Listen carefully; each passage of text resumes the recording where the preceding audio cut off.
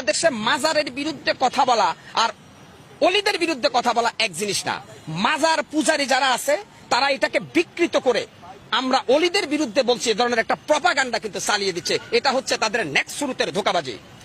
আমরা আমাদের সম্পর্ক হবে মসজিদের সাথে, মাজারের সাথে না। স্পষ্ট কোরআনে কারিমে আল্লাহ পাক ইরশাদ করেছেন, কবরের উপরে বিল্ডিং বানানো যাবে না। আমি কি আল্লাহটা শুনবো নাকি এদেশের তথাকথিত নাস্তিক বুদ্ধিজীবীদের কথা শুনবো? আল্লাহ বলছে তুমি সত্যের বাণী যদি উচ্চারণ করতে পারো হিম্মত নিয়ে, তাহলে যদি গোটা পৃথিবী তোমার বিপক্ষে চলে যায় তুমি সত্য থেকে এক চুলো সরবে না। আজকে আমি হকার সাইফুল বলল, যদি আমি রাষ্ট্রের কোন দায়িত্বে আসতে পারতাম, আমি একদিন বেঁচে থাকতাম বাংলাদেশের প্রত্যেকটা মাজারকে ভেঙে মাটির সাথে গুড়িয়ে দিতাম। এতে করে আমার জীবনে কি হবে আমি সেটা দেখবো না।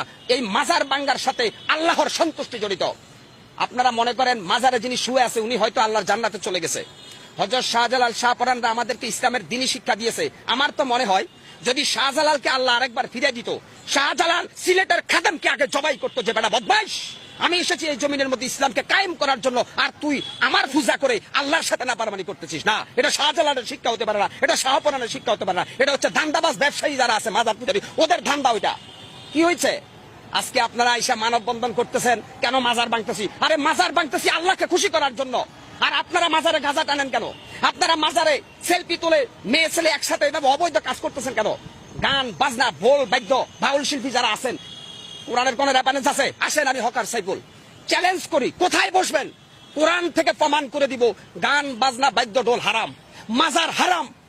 আরে ভাই, বিশ্বনবীর কাছে যেখানে সাওয়া নিষেধ, সেখানে আমরা দেখছি অনেকে মাজারে যায় সেজদা দিচ্ছে। ওই চট্টগ্রামে এক ভণ্ড আছে মাইজ ভান্ডারের ওখানে, দেখি মহিলারা তারা সেজদা দিচ্ছে। আপনি এভাবে গোটা ইসলামটাকে ধ্বংস করে দিবেন, আর আমরা ইসলামের পক্ষে কথা বলতে পারবো না। আপনি শয়তানের অনুসারী হয়ে হুঙ্কার ছাড়বেন, আর আমি রাসূলের সৈনিক হয়ে আপনার হুঙ্কারের প্রতিবাদ করতে পারবো না। মুসলমান কি এত দুর্বল?